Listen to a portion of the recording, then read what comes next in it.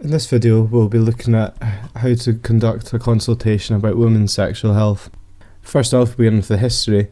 A lot of it is the same as for the male history, as is the HIV and bloodborne virus pre-test discussion. So if you haven't watched my video on that, I suggest you go and do that now, as most of the questions are the same. Except for the female, there's some additional questions.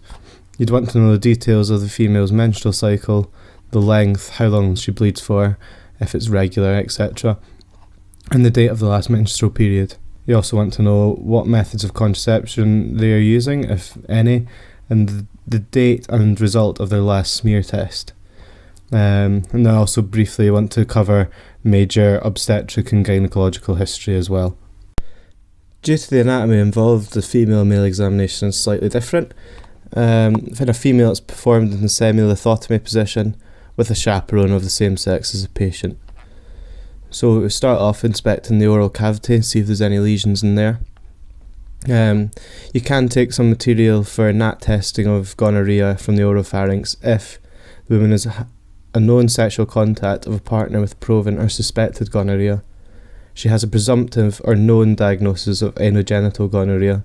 The presumptive diagnosis can be made by microscopy of gram-stained smear of urethral or endocervical material, if she's a sex industry worker or if she's had a recent sexual assault.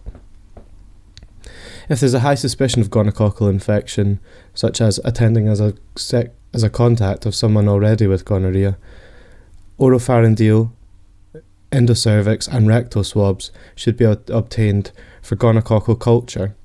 This allows for antibiotic susceptibility testing before starting empirical antibiotic therapy. Move down from the head and inspect the abdomen. Palpate for tenderness, guarding and any masses. Inspect the pubic area for P. pubis, warts and molluscum.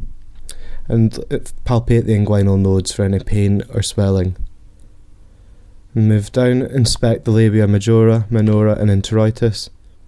Pass the speculum and examine the character of any discharge and look for signs of vaginal wall inflammation, such as can occur in trichomonas. Then, measure the pH of the vaginal discharge.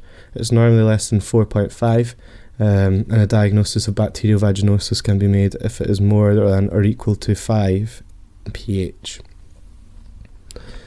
On the speculum, note the appearance of the ectocervix, see if there are any polyps, and look at the character of any discharge from the endocervical canal. There can often be mucopurulent discharge in chlamydia and gonococcal infections. Then collect material from the vagina or endocervix for dual NAT screening to allow you to look for any gonorrhea or chlamydia. Asymptomatic women who decline an examination can take a swab by themselves. Just important to know that some women might not want to be examined that day, so you can give them a swab if they're asymptomatic. If gonococcal culture tests are needed for antibiotic sensitivity, then live organisms must be obtained from the site of infection itself, so this must be the endocervix rather than the vagina. So it's important to remember that. If the patient is complaining for altered vaginal discharge, then collect a sample of material from the posterior vaginal fornix.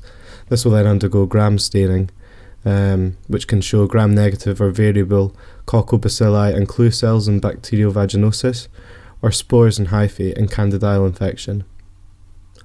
The material can then be suspended in isotonic saline and then looked under the microscope for motile trophozoites and trichomonas vaginalis. Fungal hyphae can be seen, and clue cells of bacterial vaginosis can be seen in the saline. Alternatively, you can send the sample to the laboratory for MCS, which will detect candida, clue cells, or trichomonas vaginalis if present. Then we would inspect the perineum, perianal region, and anus for lesions such as warts. We may want to consider a rectal swab for dual NAT testing for chlamydia and gonorrhea if the woman has symptoms of distal proctitis, she's had a recent sexual assault, she's a commercial sex worker, has been with a partner with known gonorrhea, or has presumed or confirmed gonococcal infection. To do this, you insert a swab 3 to 5 centimetres into the rectal canal and rotating once before withdrawing.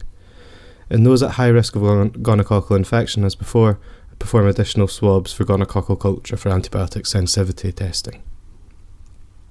Also, specific symptoms and examinations you should do. If there's pelvic pain or other PID symptoms, perform a bimanual vaginal examination. Here we would look for adnexal tenderness, masses and cervical excitation, which would suggest an inflammatory process. If the woman is complaining of some UTI symptoms, perform a urinalysis and obtain a midstream sample of urine.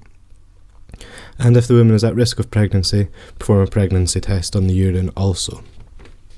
Here, additional bloodborne viruses should be tested for in women at risk in the single sample of blood that you would take to test for syphilis and HIV, as in men.